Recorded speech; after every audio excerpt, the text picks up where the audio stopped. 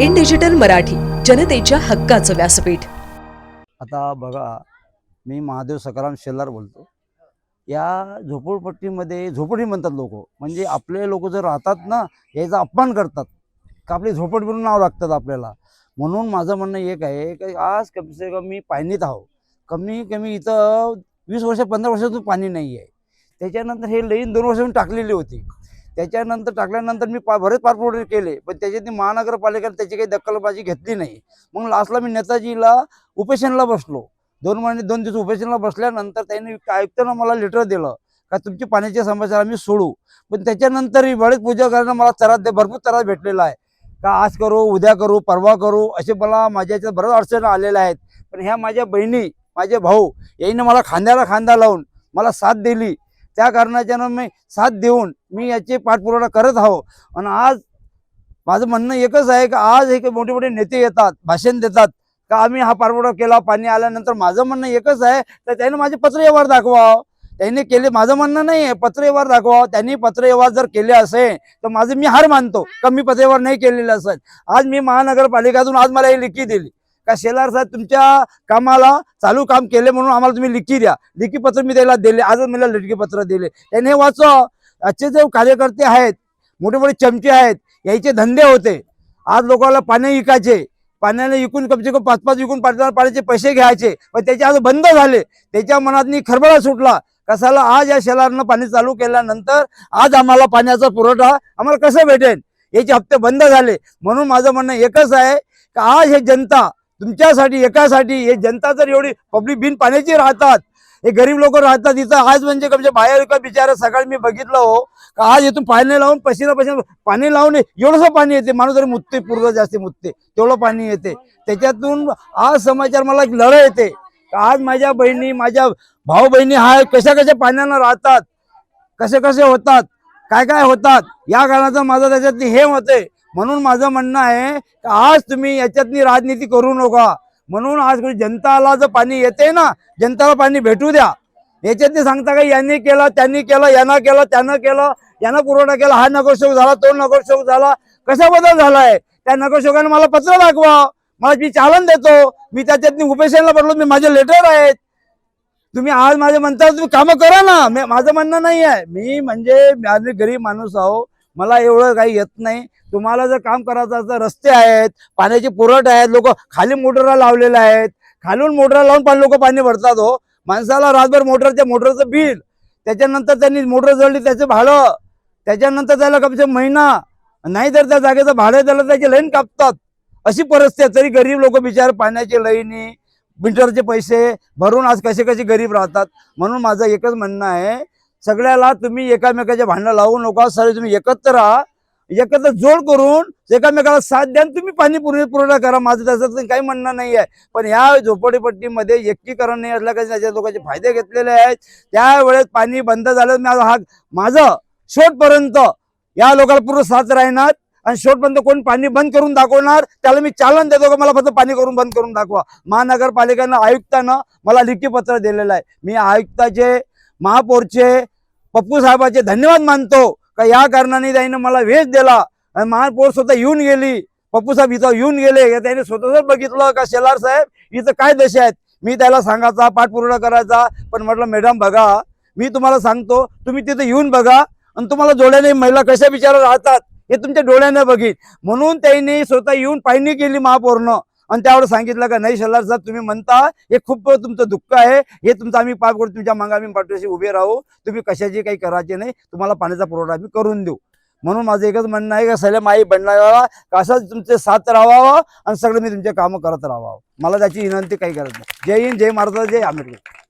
माझं एकच म्हणणं आहे, मला राजनीतीचं काही करणं नाही आहे।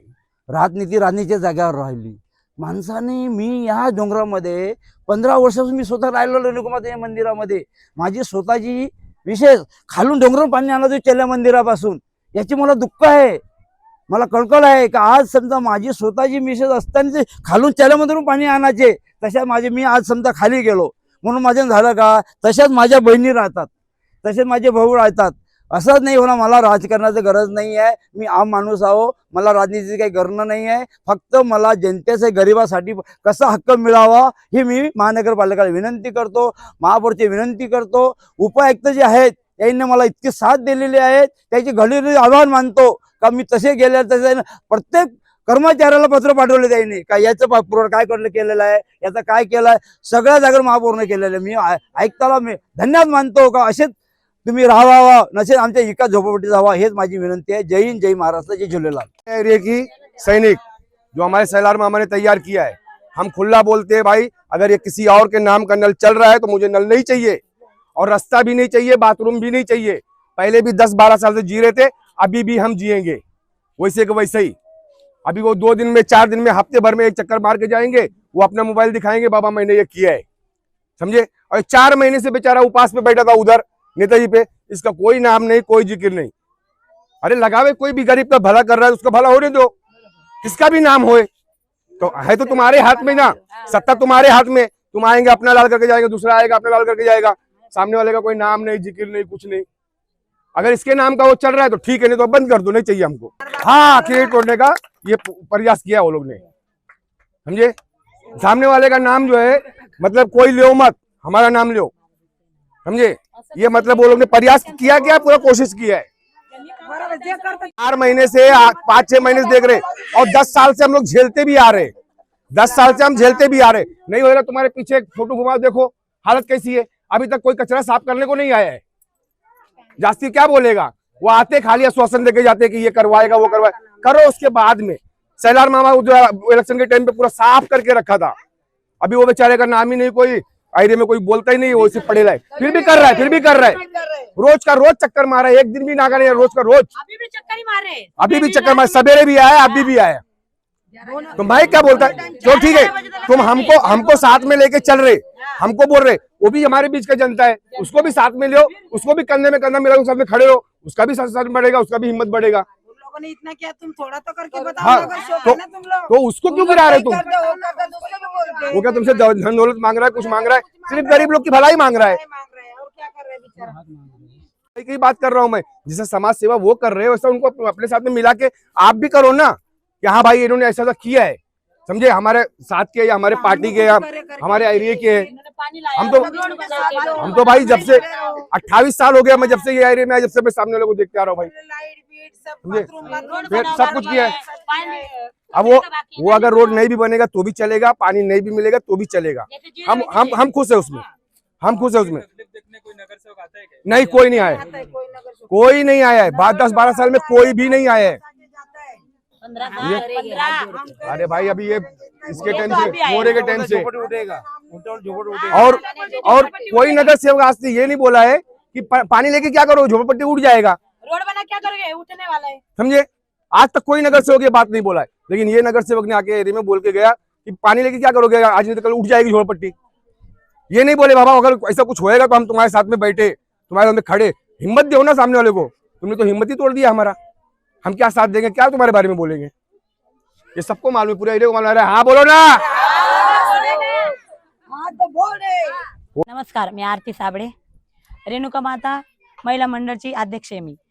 पाणी पुरवठा 2 वर्षापूर्वी बंद होता, त्यानंतर शेलार बाबा येऊन आमच्या पाण्याची समस्या त्यांनी हल केली.